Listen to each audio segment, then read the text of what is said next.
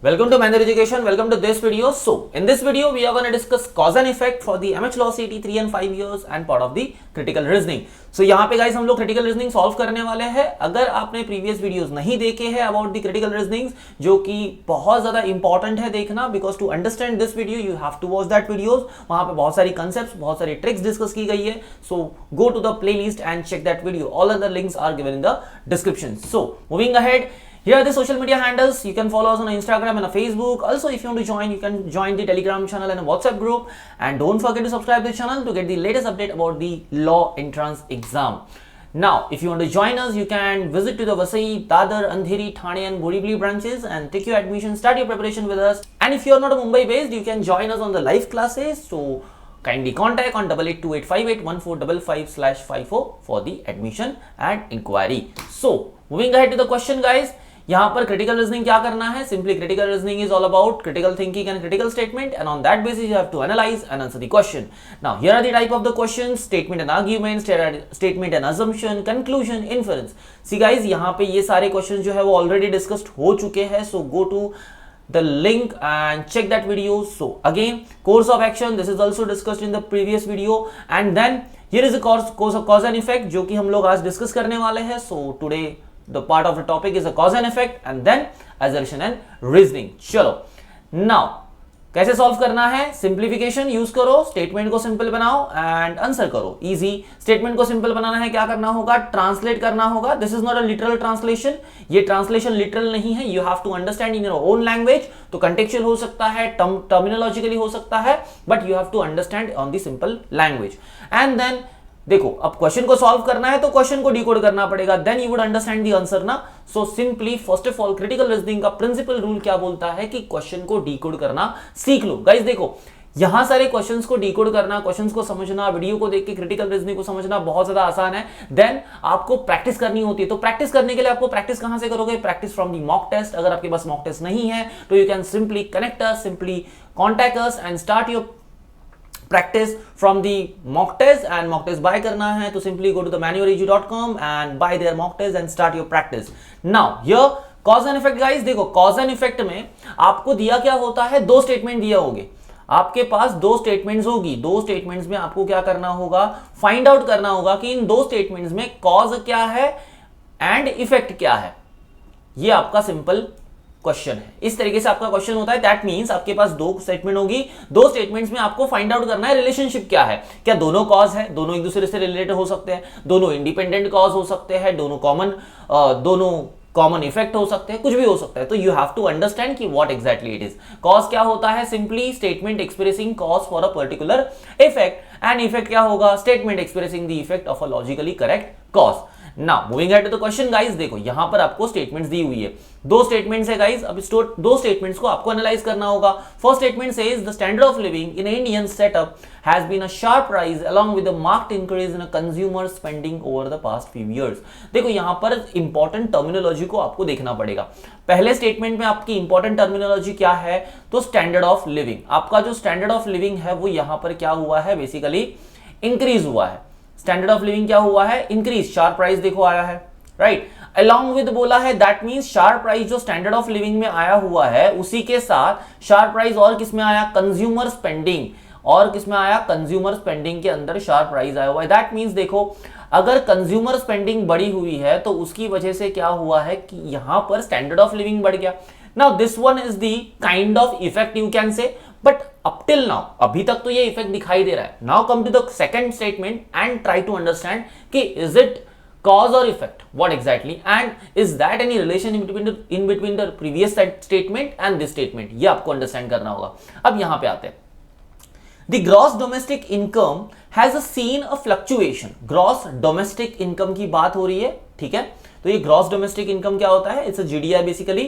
Has been a fluctuation in a past few years which might not bode well for Indian economy at large.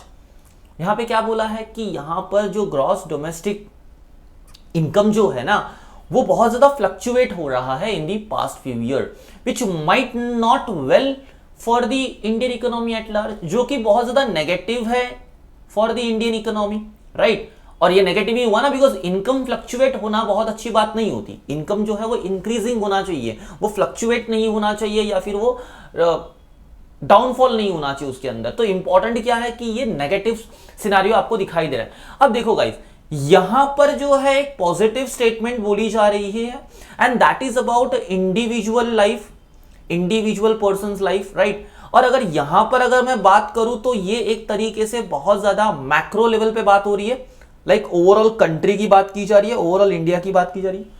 यहां पर consumer spending के ऊपर ध्यान दिया जा रहा है, ठीक है, जो कि माइक्रो लेवल पे है, माइक्रो इकोनॉमिक है, ये माइक्रो इकोनॉमिक हुआ। तो दोनों भी एक तरीके से क्या है, इफेक्ट्स है, दोनों भी एक तरीके से इफेक्ट्स है।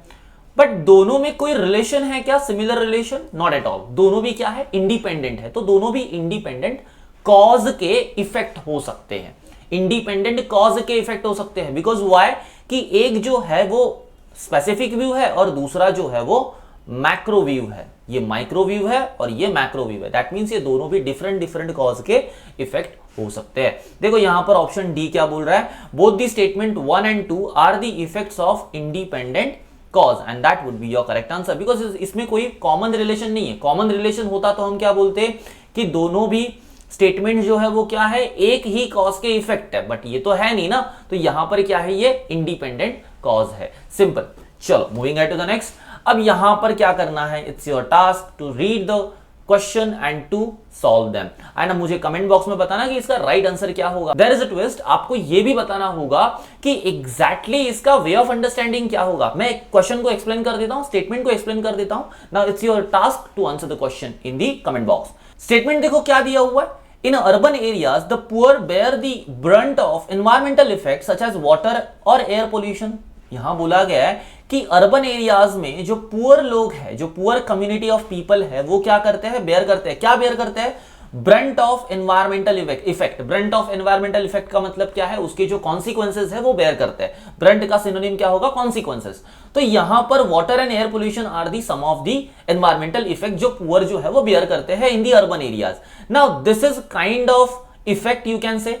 देखो फर्स्ट टर्मिनोलॉजी में आपको इफेक्ट ज्यादा करके दिखाई देंगे, तो आपको समझते रहना है, धीरे धीरे धीरे धीरे आगे जाना है।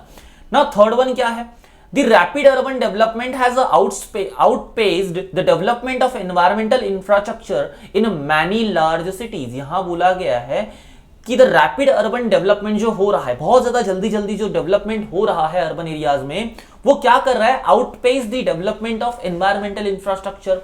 मतलब जो फिजिकल डेवलपमेंट है वो एनवायरमेंटल इंफ्रास्ट्रक्चर की डेवलपमेंट को क्या कर रही है, ऑब्स्ट्रैक्ट कर रही है। इसका मतलब यहां पे एक नेगेटिव सिनेरियो आपको दिखाई दे रहा है, एक नेगेटिव इफेक्ट आपको दिखाई दे रहा है। ये बेसिकली एक नेगेटिव इफेक्ट है, ठीक है, यू कैन से दिस इज एक नेगेटिव इफेक्ट। देखो ये भी समझना इंपॉर्टेंट है, बिकॉज आपको रिलेशंस बनाने होते हैं तीनों में भी। Now third says, just for own sake of profit, builders in urban areas are indulged in a construction work without tendering about environment and urban poor and who mostly dies for chronic disease। अब देखो यहां पे क्या बोला, just for own sake of profit, मतलब खुद के profit के लिए बिल्डर्स क्या करते हैं, अर्बन एरियाज में कंस्ट्रक्शन बहुत ज्यादा करते हैं, but that is without tendering about environment and urban poor. Environment का ख्याल नहीं रखते, पुअर लोगों का ध्यान नहीं रखते और सिंपली कंस्ट्रक्शन करते जाते हैं। और ये अर्बन जो पुअर है वो इस वजह से अर्बन पुअर की क्या हो जाती है, सिंपली डेथ हो जाती है। क्यों? क्योंकि एनवायरमेंट के ऊपर ध्यान नहीं देंगे तो वहां पर डिजीज आ जाते हैं, बहुत ज्यादा डेंजरस डिजीज आते हैं और उसका इफेक्ट किसको होता है, पुअर्स को होता है। अब देखो ये भी एक इफेक्ट है ना। यहां पर दो चीजें जो है वो कॉज हो सकती है, either this would be a cause, either this would be a cause. ठीक है, मैं इधर बोल रहा हूं। नाउ इट्स योर टास्क कि आपको मुझे आंसर करना है। मैंने आपको क्वेश्चन एक्सप्लेन कर दिया, now you tell me in the comment box कि एग्जैक्टली इसका आंसर क्या होगा। चलो, now this much of the simply cause and effect. ये कॉज एंड इफेक्ट था। कॉज एंड इफेक्ट में आपका ध्यान कहां होना चाहिए, दो स्टेटमेंट पे होना चाहिए। दोनों स्टेटमेंट में क्या रिलेशन है, एग्जैक्टली व्हाट इट इज, क्या नेचर ऑफ है, क्या कॉज है, क्या इफेक्ट है, वो आपको देखना होगा। Is it negative, is it positive, and is there any relation in between two cause, in between two effect और cause and effect. Simply this is this much of this video. So I hope you have learned something from the video. If you learned something from the video, hit that like button and subscribe the channel, share this video with your friends. Thanks for watching the video.